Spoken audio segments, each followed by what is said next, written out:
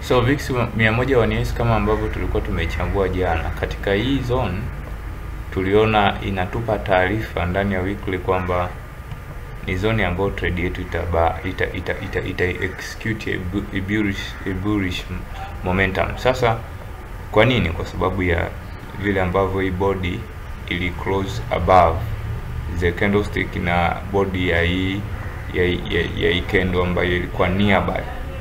Na katika months tukawa tumeangalia kwamba ni baada tu ya kwamba soko lilipokuwa linashuka lilifika likawa liko handled na within this structure ambayo ukiangalia kwa makini market candlestick haikuweza kuvunja, market board haikuweza kuvunja pamoja na candlestick ya hii candle hapa. Ndio maana inaanza kuexecute momentum ya kubai. Lakini haya hizi ni changes katika wiki pamoja na monthly. Sasa kwenye siku ya leo kwenye siku ya leo tofauti na siku zingine zilizoisha, kwenye siku ya leo kitu ambacho ndani ya wiki pia hatuwezi tukasema kwamba market yetu itakuwa ina buy tu, hapana. Lazima kuna sell opportunities za kusell, lazima zitakuwa zinatokea sokoni kama ambavyo tuliona jana, na ndivyo ambavyo tunaweza kuona leo. Sasa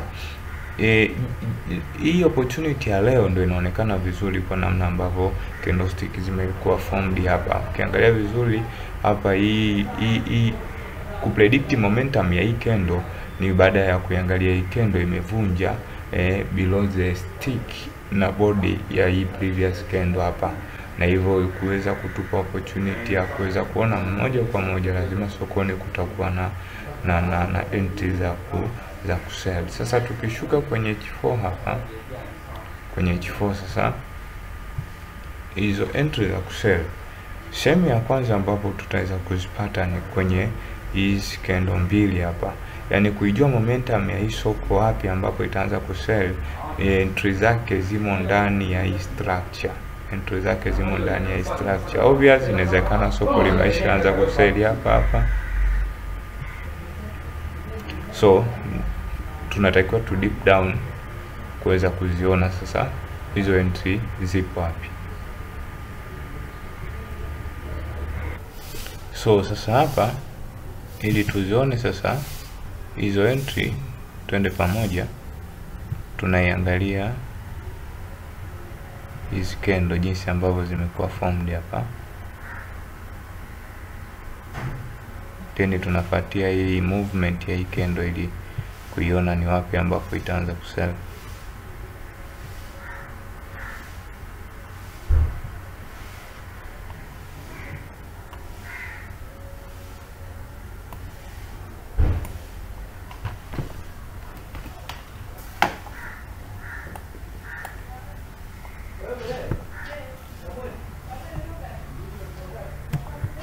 Sasa ukiangalia vizuri haya movement ndio hii ambayo tunaizingatia. Sasa ukirudi hapa kuweza kuziona sasa zile entry zake, hii ni H4. Tukirudi kwenye 1 hour tutakutana na nini? Tukirudi kwenye 1 hour hatujaweza kuona ni structure za invalidation ndizo ambazo nazitafuta hapa sokoni sasa hivi.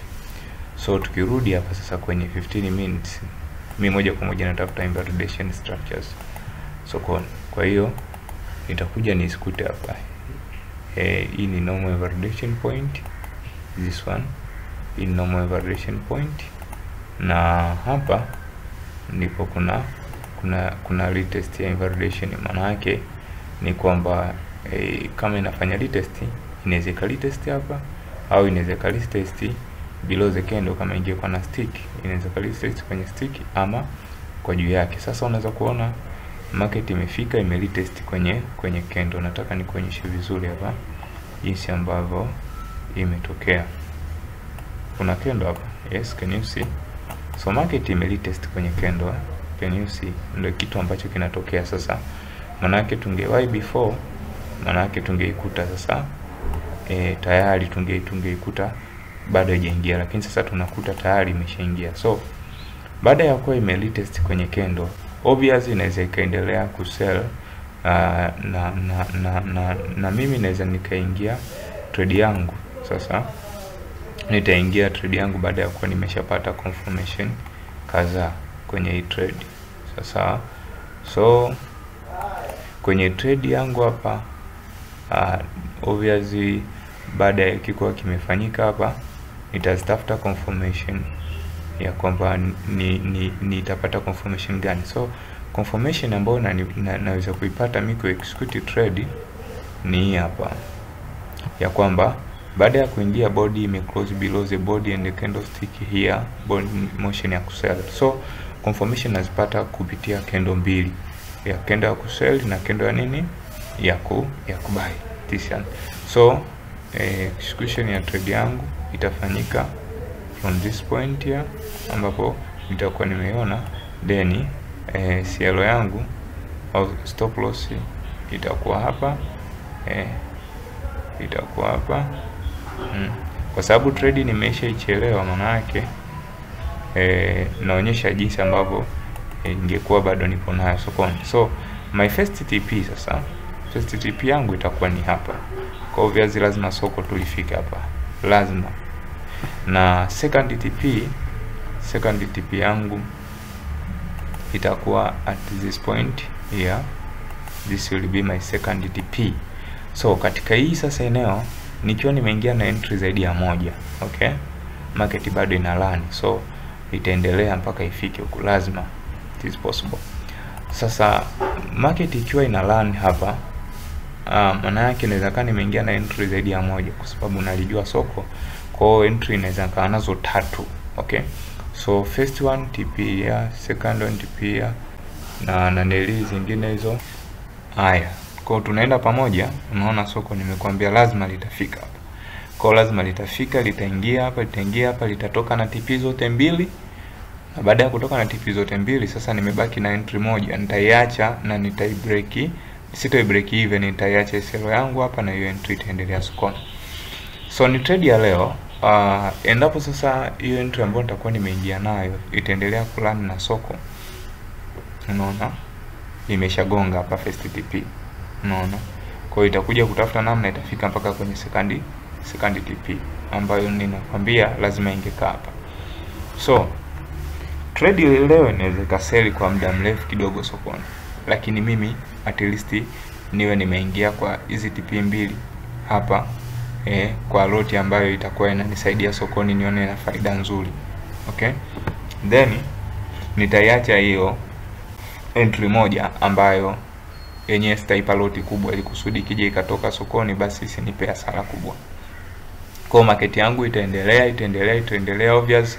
Leo inaweza ikaseli pakubwa kwa sababu market imejionyesha moja kwa moja kwamba leo